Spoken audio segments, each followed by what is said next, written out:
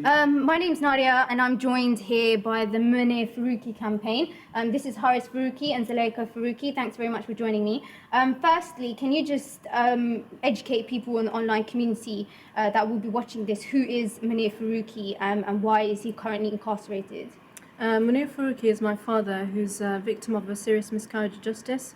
He was arrested 6 years ago in November 2009, and he was very active in dawah work for over 10 years, where he educated the community, non-Muslims especially, about what Islam is about, and to build bridges within communities. Over those 10 years, he met a lot of new people. You know, one of his close friends is a Christian minister who meets him in prison till this day. A lot of people took an interest in Islam.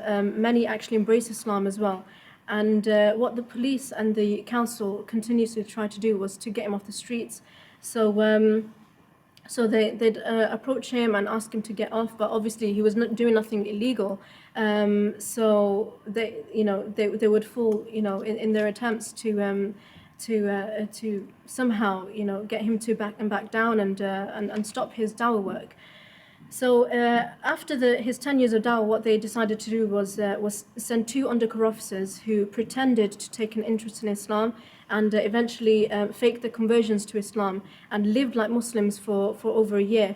They infiltrated our family home, our Muslim community in Manchester, and they caused a lot of confusion and deceit and lies within the community by pretending to fake their conversions to Islam and living like Muslims, even doing dawah on the dawah stalls with Dad. And they pose themselves to be vulnerable people from society who were ex-alcoholics, who were disowned by their families since they embraced Islam. And they came to my father saying that they needed help and they needed support. So my father, naturally being the kind-hearted and the compassionate man he is, he welcomed them like he did with all other people who were interested in Islam or who weren't interested in Islam. He was just that kind of person. So he welcomed these people to our home, and they used all the hospitality, all the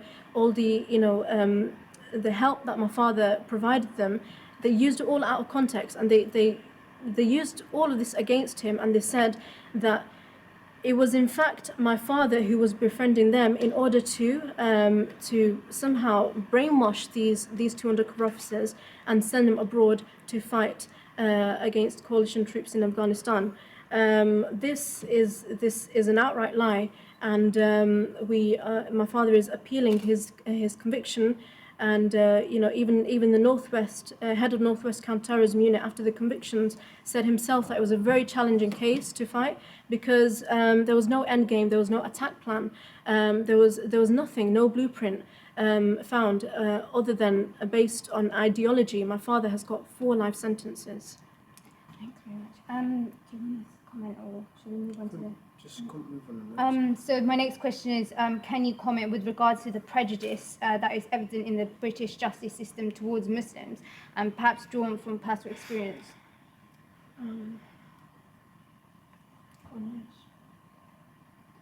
Prejudice in the justice system. Go on, how you were in prison and how you were treated as a Muslim prisoner, anything. Basically from personal experience, in a nutshell, what I've experienced is if you're a Muslim and you're sitting in the dock, you're automatically guilty, and you need to prove your innocence. Looking at especially in terrorism cases, when you are in the dock, brown skin with a beard, the jury are naturally going to judge you by what's seen on the media, and it's very difficult indeed to prove your innocence, especially when you're ended up with a biased jury as well as a judge. Perfect. Munir Farooqi is currently incarcerated at Wakefield prison. Can you sort of talk a little bit about the conditions that your father is basically kept in, and perhaps even talk about a little bit about the medical neglect and things like this? My father, he's a diabetic patient, and when he went into prison, he was on tablets, and now 6 years on, he's having to take 3 intakes of insulin jabs a day, and it's ridiculous amount of insulin. It's 48 units, 3 times a day. That in itself is dangerous because of, because of the normal amount is actually around 18 or even less. And for him to be taking 48 units 3 times a day shows how severe, his health is severely deteriorated over time. We've been trying our best to ensure that my father he receives the adequate health care and the treatment that he deserves as a diabetic patient, but it's been proved very, very difficult because over time the prison has actually missed a lot of appointments.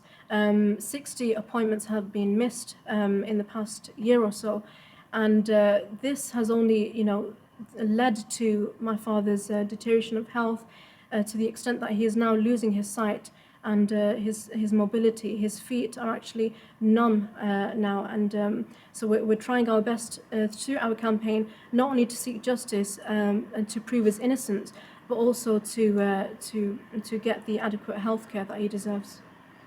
Thanks. And just as the last question now, so how can people in the UK or abroad get involved or assist in the Munir Farooqi campaign? Website, Facebook. We've got a website which is www.freemunir.org and a Facebook page, Free Munir. Basically, most of the information is on there, and our main aim for the campaign is to allow people to educate themselves, educate their family members, friends in the dirty techniques the authorities use to frame innocent people. So inshallah, try and circulate the message, not for just our cause, but to spread awareness within your own communities and make sure this doesn't happen in the future. Jazakallah khair for your contribution.